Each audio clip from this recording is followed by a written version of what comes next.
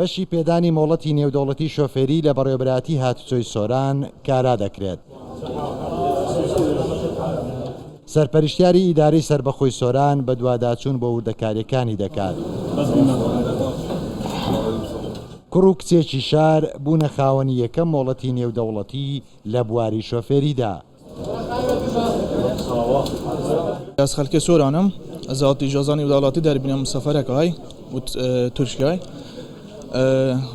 دەستخوشێش حکومەت هەرێمی کوردستانێت کەین و ڕێکەمە نێزی کری ئینا دایرە سۆران یا تورکیە لە گوندی هەودیان دانیشم و هاتوومە بۆ دەرهێنانی ئیجازەی نێودەوڵەتی کە ئاسانکاریی زۆرمان بۆ کرایە دەستخۆشی لە بەڕێوەبەرایەتی هاتوچۆی سۆرانەکەم.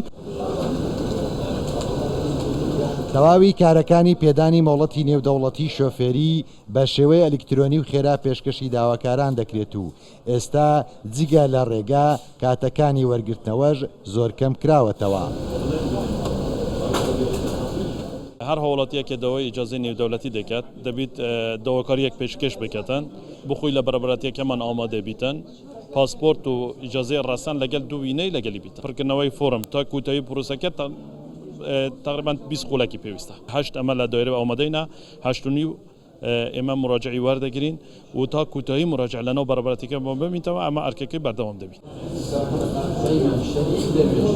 هاوڵاتیانی سنووری ئیدارەی سەربەخۆی سۆران بۆ وەرگرتنی مۆڵەتی شۆفێری نێودەوڵەتی دەتوانن داواکاری مۆڵەتەکە پێشکەش بکەن و بۆ 1 ساڵ بە تێچووی 6,000 دینارە و 2 ساڵ 110,000 دینارە بۆ 3 ساڵیش بڕی 160,000 دیناری پێویستە.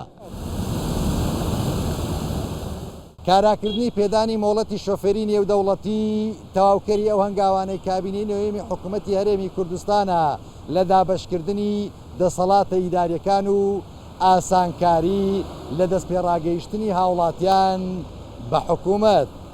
تەیفور محەممەد کوردستان 24 سۆران.